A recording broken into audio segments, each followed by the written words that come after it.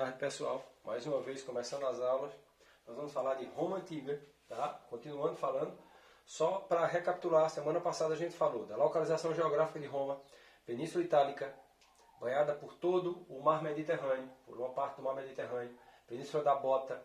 Falamos das duas origens romanas, lembram disso? Origem lendária, história de Rômulo e Remo, historinha de ficção, e a origem histórica, provavelmente por volta do século VIII, essas tribos, húngaros, sabinos, lígures, latinos, oluscos, volscos, samnitas, outros povos, chegaram nessa região, tá?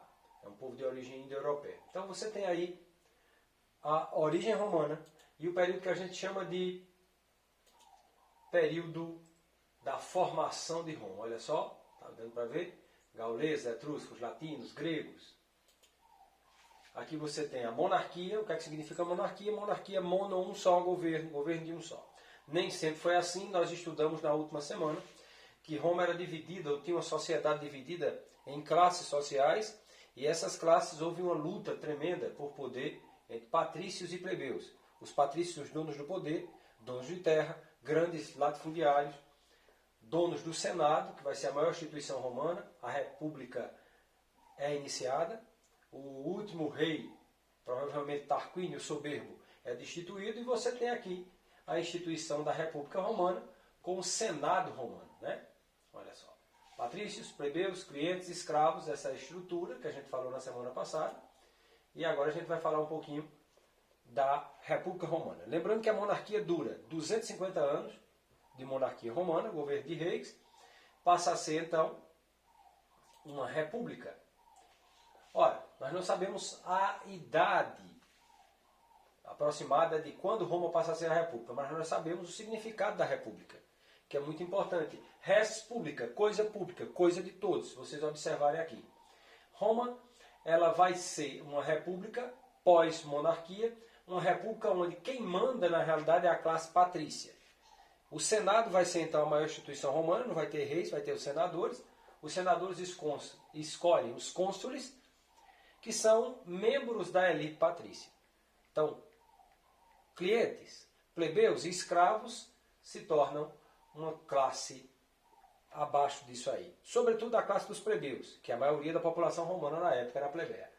Então você tem aqui os novos cargos que surgem com essa república: cônsules, pretores, censores, edes, questores, centuriões, que nós vamos ver daqui a pouco.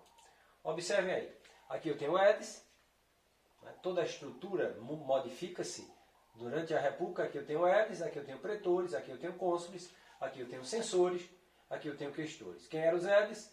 Tomavam conta dos serviços públicos, pavimentação das cidades, limpeza urbana, essa coisa toda. Era quem mandava fazer isso, né? Quem fazia geralmente eram os plebeus. Pretores, responsáveis pela justiça; cônsules, responsáveis pelo comando do exército; censores, faziam a contagem da população periodicamente. Isso era muito importante para eles, para saber a quantidade de plebeus, de escravos. Chegou um momento que teve mais plebeus, sempre teve mais plebeus do que patrícios. E aí, se os plebeus se recusassem, e houve várias greves plebeias, aliás, é uma das coisas da história, lembre-se disso. Não há movimentação, não há mudança histórica se não houver uma participação efetiva do povo exigindo, cobrando, por meio de revolução ou por meio de movimentos, como no caso dos movimentos plebeus, aqui nessa ocasião, que foram movimentos grevistas. Tá? Então, os plebeus começam a exigir uma série de mudanças, já que eles não tinham direito algum. Havia uma desigualdade forte entre plebeus e patrícios. Você pega aqui a classe patrícia, a classe plebeia. Os romanos passaram a governar Roma, mas temiam ataques de cidades etruscas. E houve um aumento de plebeus. Então, com o passar do tempo, houve a necessidade de você colocar os plebeus, sim, para participar até do exército. O exército precisava ser numeroso para garantir a supremacia da cidade romana e também as posteriores vitórias e expansão territorial romana. Observem só. Por volta de 493 é criada as primeiras leis que vão possibilitar os plebeus a terem ascensão social. Que leis são essas? A lei do tribunato da plebe, ou tribuno da plebe, que vocês estão vendo aí. A assembleia formada era exclusivamente por patrícios. Agora o tribuno da plebe vai ter uma assembleia formada exclusivamente por plebeus. Os plebeus vão começar a participar efetivamente do governo romano. Depois vem, no ano de 450, a lei das 12 tábuas, leis escritas que regulavam os direitos da família e da propriedade plebeia, que eles não tinham.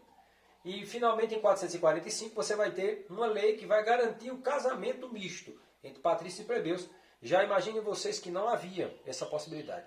Era praticamente um apartheid social, como nós tivemos apartheid sociais na África do Sul, por conta da questão negra, e também nos Estados Unidos no século passado. E hoje no Brasil nós temos apartheid social, mas por uma questão econômica. E aqui você tem plebeus conquistam o direito de se candidatar, e aqui nós temos o 326, você abole a escravidão por dívidas. A maioria dos plebeus, uma grande parte dessa classe plebeia, passava por grande dificuldade financeira. E naquela época você não teve como quitar suas dívidas, você se auto-vendia como escravo para a quitação dessas dívidas. Isso vai acabar no ano de 326. Finalmente você tem aqui a eleição do plebiscito, que é o direito de escolha que os plebeus finalmente vão participar no ano de 286 depois, ou melhor, antes de Cristo. Observem aqui as leis também consuetudinárias. O que são essas leis? Nome complicado, né? Consuetudinárias. Interessante essas leis, se você for fazer direito, você vai estudar um pouquinho de história do direito e vai ver o que é que eu estou dizendo. Essas leis eram leis que eu chamo de leis primitivas. Leis que existiram, perdão, eram passadas de geração em geração. Eram leis passadas pela tradição oral. Depois as leis passam a ser escritas. Essas leis orais, consuetudinárias, passam a ser escritas. E aí você tem a origem do Império Romano. Observem aqui. Outra coisa também nessa época, para a gente ir quase encerrando a nossa rápida aulinha antes da atividade, é que Roma começa a expandir o seu território. Como? Por meio das guerras, chamadas de guerras púnicas, travadas com os punes. Quem eram os punes? Eram habitantes de Cartago, uma rica colônia no nordeste da África. Veja que Roma, quando inicia a sua expansão territorial, ela domina a Europa, Ásia e África. E aí ela estava se tornando, no decorrer da República, o maior império da Terra. 5.000 quilômetros quadrados, milhões de pessoas, ou pelo menos quase a metade da população do mundo, vivia e morria sob as leis dos Césares. E aqui é o pontapé inicial disso, com as guerras púnicas travadas entre Cartago e Roma, pela hegemonia desse mar, o mar Mediterrâneo. Ok? Guerras púnicas travadas entre Cartago e Roma. Beleza? Então a gente vai passar daqui a pouco a atividadezinha. Uma boa tarde a todos. Lembrando que no decorrer das próximas semanas nós teremos esses vídeos mais rápidos por conta justamente do WhatsApp que não suporta um vídeo maior. Ok? Um cheiro no coração de vocês. Fiquem em casa. Tudo de bom.